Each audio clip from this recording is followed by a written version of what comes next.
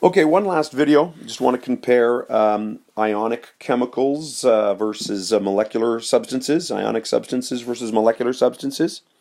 And then we'll do a little bit of naming. And then again, you can work on a summary sheet that has a mixture of both of them. All right. So, I'm going to split the world down the middle here. All right, we're going to put, and I'm going to use my zoom tool. Whoops, get out of the way. Zoom tool. And we're going to put here ionic. And we're going to put here molecular. Don't mind that sound. That's just a fan running as I'm trying to make a video. All right. And let's talk about some important properties. And then we'll do a little naming example. So I'm just breaking that down. So here we're going to look at some of the properties of these things. And the first one I want to look at is hardness. All right, how hard it is. Second thing I want to look at is conductivity as a solid. All right. The third one, conductivity as dissolved or as aqueous. Aqueous, that simply means it's dissolved. I want to look at melting point. All right. And then we're going to look at some chemical formulas. So then we're going to look at some names / formulas. All right? Okay? All right. So, hardness. Remember, ionic compounds are hard, right? Their ions are very organized. Makes it a very hard thing.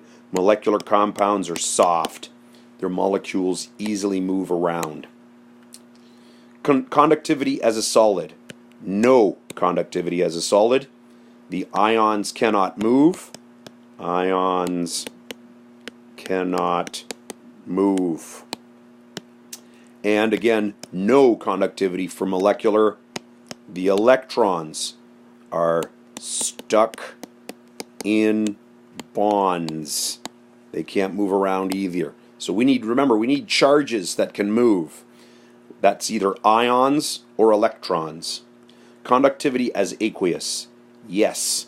When we dissolve ionic substances, the ions can move.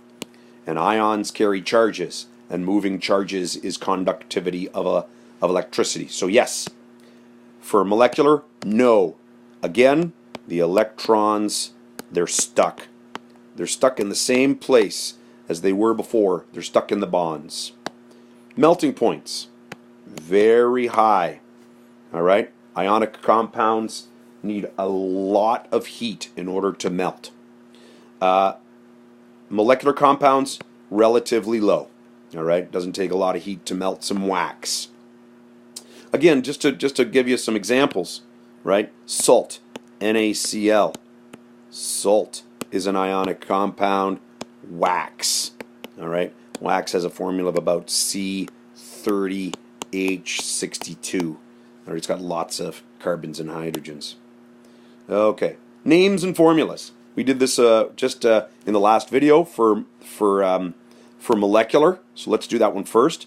So something like CO2, carbon dioxide. All right? No mono in front of that. Just a carbon dioxide, nice and easy. For ionic, we got to use the crossover. So let's say I wanted a formula for aluminum sulfide. I would go to the periodic table. I'd check out aluminum. I'd check out sulfur. I'd find that sulfur is -2. Aluminum is +3. I'd cross them over 2, 3. And of course, I'm going to use my eraser to get rid of these charges because we don't keep them in there. So we cross over. All right? Cross over. This guy, don't cross over. Just use the prefixes. Nice and easy. If I want to get the names, nice and easy. Again, I could have, let's see, C, no, don't want C. K2SO4, and all we got to do is name that thing. We don't worry about the 2's. That's a potassium sulfate. Remember, we always have the positive chunk and the negative chunk, and then we name the positive chunk and the negative chunk. Okay? All right? And then we got that special case. If it starts with H, it's an acid. And acids are molecules that behave like ionic compounds, so we name them just as normal H3PO4. We name them like an ionic. All right, we name them like an ionic. This is just hydrogen phosphate. Hydrogen phosphate. All right? Okay. So let's just do a little summary here to help us out. So, naming, again, as I stated before, write these examples down, give them a try. What you have to do is you have to figure out whether it's ionic or whether it's molecular. Remember, we go with metal, non-metal, ionic. All non-metals, molecular. Magnesium. Magnesium, and I don't know why I can't move my thing right over to the end of magnesium. That's okay. Metal, bromide, non-metal. This is ionic. All right, so I'm going to cross over. But phosphorus, non-metal, oxide, non-metal. This is molecular. So, crossover, just use the prefixes. Magnesium bromide, Mg. Checking the chart, +2. Bromide, Br, -1. Cross over my 2. Okay? All nonmetals. Diphosphorus, P2. No crossover, just telling me how many there is. Pentoxide, O5. Done. Easy as can be. Tin 4 sulfite. Remember, multivalent, it's telling me the charge. If we check out tin, it has 2 options, 2 and 4. This is 4. Oh, sulfite. Ha! That might not be on the back of our chart. Let's change it to a sulfate. Let's change it to a sulfate. I remember we had troubles with the sulfite in our quiz. Let's change it to a sulfate. Tin 4 sulfate. SN. Sulfate. SO4. If we check out the sulfate, sulfate is -2. All right, I'm going to erase that. Tin is the 4. Cross over the 4 and the 2. 4 and 2. But we can now bring that down to lowest terms. So let's do an erase. Get rid of that. That's a 1. Let's do an erase. Get rid of that. That's a 2. All right? Okay. Hydrogen sulfide. Acid. Therefore, crossover like it's ionic. H, S, -2, +1. Again, I'm going to delete those away because we're going to cross it over 2. All right? Okay? Going back the other way. Again, make sure you write this down so that you can give it a shot. I can't move my box right over, so I can't get right to that spot, but that's okay. Metal. Non-metal. No need for prefixes. Just name it. Same with that one. That's an acid.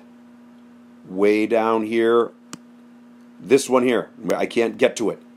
But the sulfur is non-metal, and the chlorine is non-metal. I need prefixes. All right, that's how you do that. I'm going to get rid of all that writing. Let's go back to the top. Magnesium. Magnesium chloride. No prefixes. Metal, non-metal. All right. Chromium. Chromium's special. It's in the middle. Means it has more than one charge. chromium, blank. All right, and now I'm checking the chart on the back. That's a hypochlorite on that. This 2 is on the outside of the brackets. So this is just ClO. All right, that makes it a hypochlorite. And now we've got to check to see which version of chromium this is. And you'll see there's many of them. And you'll notice the only one that works is chromium 2. All right, hypochlorite has a charge of 1, -1. The only way to get a 2 down there is if we had a 2 up here in order to cross it over. All right. Starts with H. Can't move my box over enough to see the H. Starts with H. Acid. No prefix. Hydrogen sulfate. All right? Okay. Lead. Lead, if we check the chart, has more than one option. Carbonate. If we check the chart, carbonate's -2. So I got to cross over something that then cancels out the 2 and leaves that 2 out there. And if you check out lead, your 2 options are 2 and 4. 4 is the only one that can do that. Okay. Can't get over, so I'll write it. SCl2. I said it earlier on. Non-metal. Non-metal. That makes this a molecular, which means we need prefixes. Sulfur. No mono in front of it. 2 chlorines. Dichloride. Sulfur dichloride. No mono. NH3. At the very end of the last video, we learned that NH3 was a special one. Ammonia gas. You could call it nitrogen. Notice the H is at the end. Trihydride. All right? That is another way of saying ammonia. All right. Excellent. Okay, that brings me to the end. So you have a summary sheet there as well, and you can work on that.